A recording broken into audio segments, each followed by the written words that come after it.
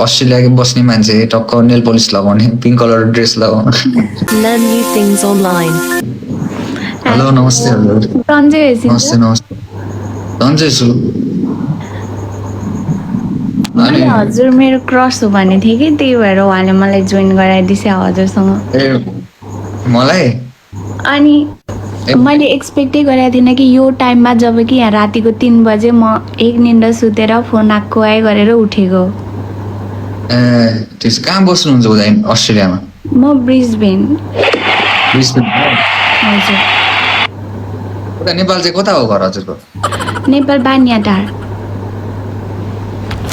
बानियाटार सिक्किम बानियादाको घरतिर कता हो बानियाटार सुन्छ होइन गङ्गाबु बाटोभित्र हो ए गङ्गबुमा ए याद आयो याद आयो याद आयो अन्त त्यही त अनि खुसी लाग्यो हजुरसँग भेटेर मलाई चाहिँ खुसी लाग्यो भनौँ त्यही त होइन मैले भने थिएँ अनि त्यही भएर उहाँले अब त्यही सोचेर जोइन गराइदिन्छ रहेछ त्यसको लागि म एकदम धेरै थ्याङ्क यू भन्न चाहन्छु केही छैन इट्स ओके जानलाई। छ त के पनि छैन त राम्रै हुनु त रहेछ त हजुर बोलचाल पनि मिठो रहेछ हामी बानियाटारमा चाहिँ कसकी छोरी हजुर भन्नु त म त्यहाँनिर बानियाटारतिर सबैजनाले सानो मामाको छोरी भन्छन्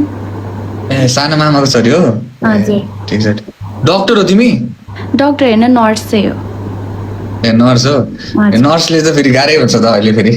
डिपेन्डेन्टमा लग्ने चलन छ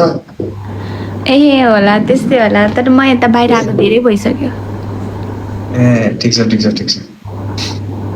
म पनि चलिदिनु पर्छ जस्तो छ केटाहरू अस्ट्रेलिया कति बस्नु लाइफ साइड अस्ट्रेलिया चाहिँ हिँड्नु पर्ला जस्तो छ हुन्छ आइज यता रमाइलो त्यही त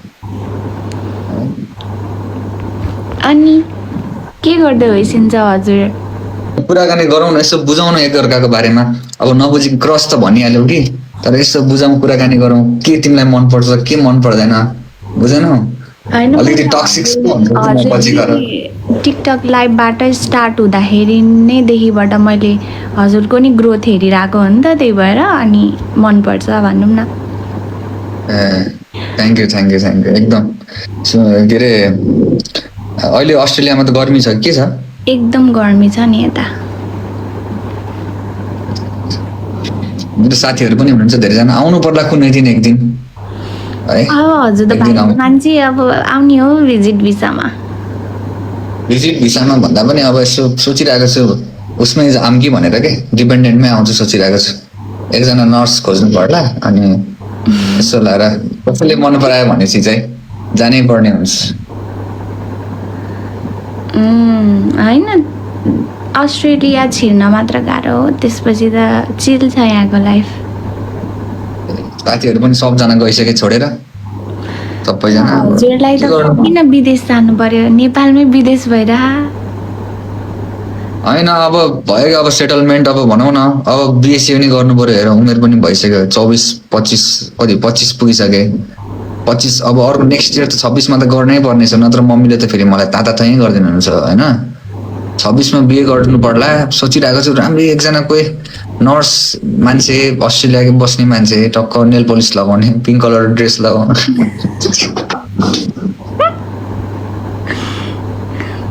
त्यस्तो गफ हजुर जसलाई पनि यस्तै गफ दिसिन्छ है कहाँ मैले धेरै भइसक्यो गफसप नदिएको कहाँ रिस आज मैले सिरियसनेस छ कि मेरो लाइफमा एकदम सिरियस छु म त्यस्तो गफसप दिदिनँ साँच्चीकै नै भनेको हेर पूजा उसलाई पनि यस्तै भने सुन्छु मैले मैले त कसैलाई पनि भनेको छैन त सोध त मान्छेहरूलाई एकदम म त सोझो पनि के भन्नु यार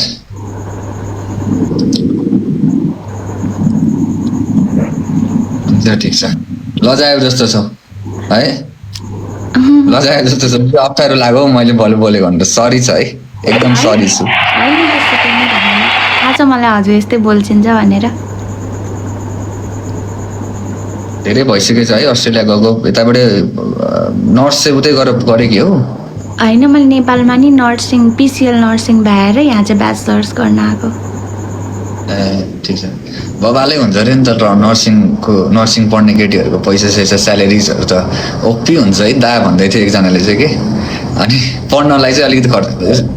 डिपेन्डेन्टमा गयो भने चाहिँ अलिकति गाह्रो हुन्छ केटालाई चाहिँ भन्नुपर्ने पढाइ खर्च चाहिँ जे होस् 1 वर्षमै उठ्छ 3 वर्ष पढेको ओ च्याट के हो हावा बोलेको बुढा बुढा हुँदा हुँदै रे वाट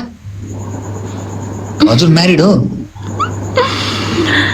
म्यारिड थिए भनौँ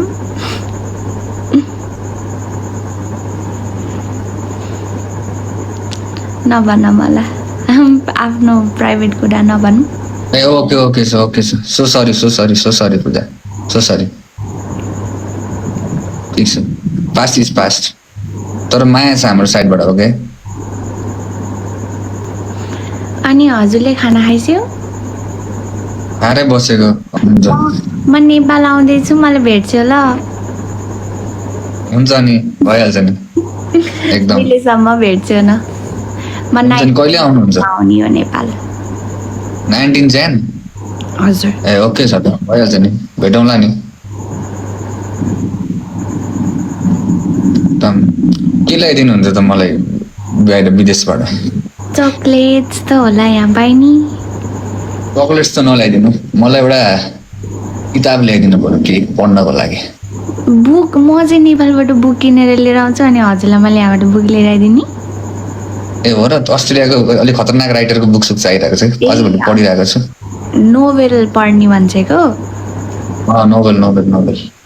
हुन्छ म हेरेर लिएर आइदिन्छु नि त एउटा बुक ओके सर एकदम खुसी लाग्यो पूजा स्टोरी टाइपको मनपर्छ कि अलि थ्रिलर टाइपको मनपर्छ होइन लभ स्टोरी चाहिँ नपढौँ मलाई चाहिँ अलिकति त्यो एससिएफआई टाइपको कि साइन्स फिक्सन टाइपको किताबहरू चाहिँ दामी लाग्छ ए ओके ल एकदम खुसी लाग्यो पूजा भेटेर hi you are really nice person